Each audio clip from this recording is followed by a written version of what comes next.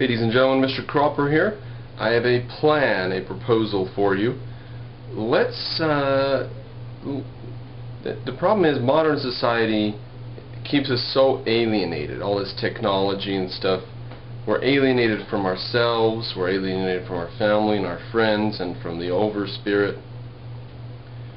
So I think that ancient cultures, little religious cultures and tribal animist cultures and stuff, they have a more authentic feel to them.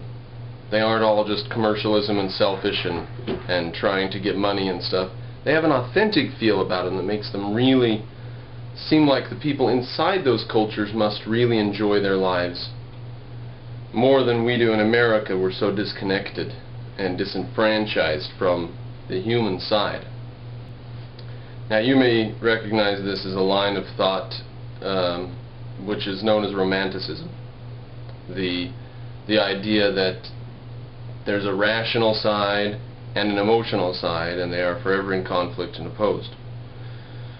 Well, in the name of trying to preserve the romantic in other cultures before it's wiped out entirely by our disgusting evil culture, we're going to have to come up with some sort of a prioritization of ethics, so that when we're dealing with other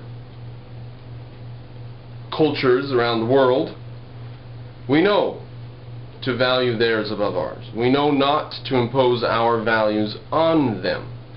We know that their values should be preserved, sort of like ancient artifacts. Sort of like when you dig the mummy's mask up in the desert in Egypt, the gold mask. You don't melt that down and make coins out of it. Not that there's gold coins anywhere on the planet today, but you wouldn't. What you would do is you would preserve it in a museum. You take an elephant from Africa, or some monkeys, or a penguin from Antarctica, or from Alaska somewhere, and you put them in a zoo, right? You don't like dress them in a hat and a shirt and a tie and teach them human ways. You preserve their natural ways so that we can observe them in the most natural state possible, without the intrusion of our society. Now, how is multiculturalism then similar to keeping people in a zoo? When the Muslims immigrate to Europe, and the Europeans tell the Muslims, you have your own values, your own special culture. We would never force our values on you. We want you to keep your way of life that's important to you and your identity, right? Your identity. Everybody talks about how you have to go back to your roots and your identity, and they say it's not racism. Baloney. It's like keeping people in a zoo. Those people come to Europe, or whichever part of Europe you please to name, Britain or Scandinavia, or Germany or whichever, and probably isn't the case now, certainly originally was the case, that the people who came there expected they were going to change their ways of life. They probably looked forward to it. They said, no more mud huts for me. I'm going to go to a place where I can buy Adidas shoes, or whatever the shoe that was in style then in the 70s when it all got rolling. I'm going to go live in Western Germany, where I can get a job, where I can go to the bar, go to the movie.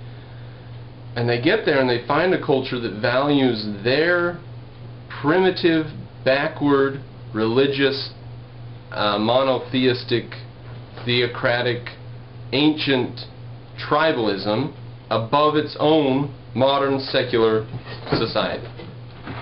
The cats go crazy when I do lectures. They just make so much noise. So how is multiculturalism similar to keeping people in a zoo? Now, it hasn't reached that bad of a stage in the United States of America. In the United States, we aspire to that.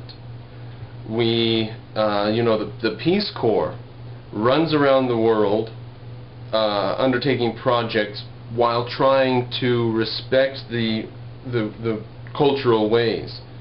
How can you introduce change while not changing so much that you disrupt their pastoral way of life.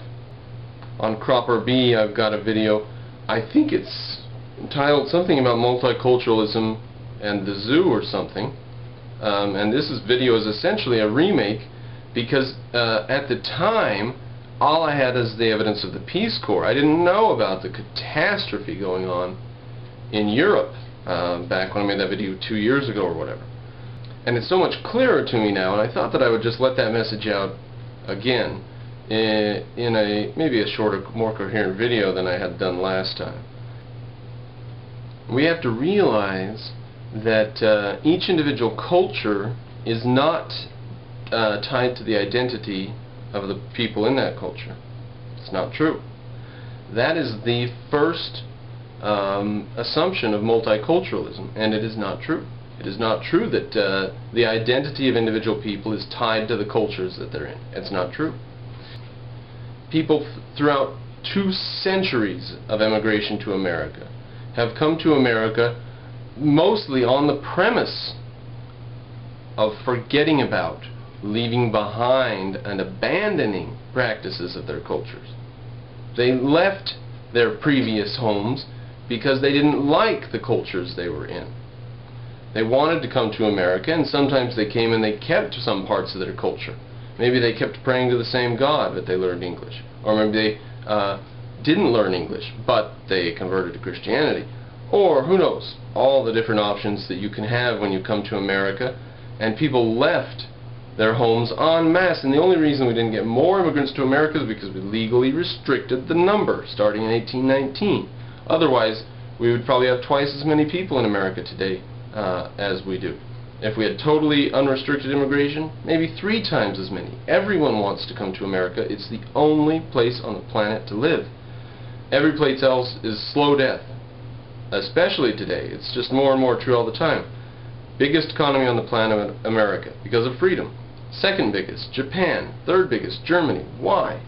Because we took them over in World War II, imposed a free economy on them, and there's just no one who can outgrow a free economy. Germany and Japan, these little postage stamps of land, have larger economies than Russia, Argentina, Australia, Brazil. Go figure. And we have to realize that the cultures in these decrepit, worn-down third world countries are not magical, beautiful cultures to be preserved. The people trapped in those cultures are suffocating and dying of disease and malnutrition and religious law and all kinds of horrible things. And for us to just sit there and say, well, that's their way of life and we should preserve that for its own sake, is like looking at those humans and saying, we'll just keep them in a zoo for our amusement. Evil as that may be, to let them sit in a zoo, that is what multiculturalism is. There's some humans, they're dying of disease and poverty and want, the way that people did centuries ago, but we aren't going to economically intervene. We aren't going to go in there and put trade sanctions on them, and we're not going to go in there and protect our corporations' rights to trade with their government. We're not going to go in there and demand that they establish legal law that protects their citizens' rights and our citizens when we trade with them. No, we're going to preserve their way of life. We're going to preserve the specialness of their culture and let them die of malaria.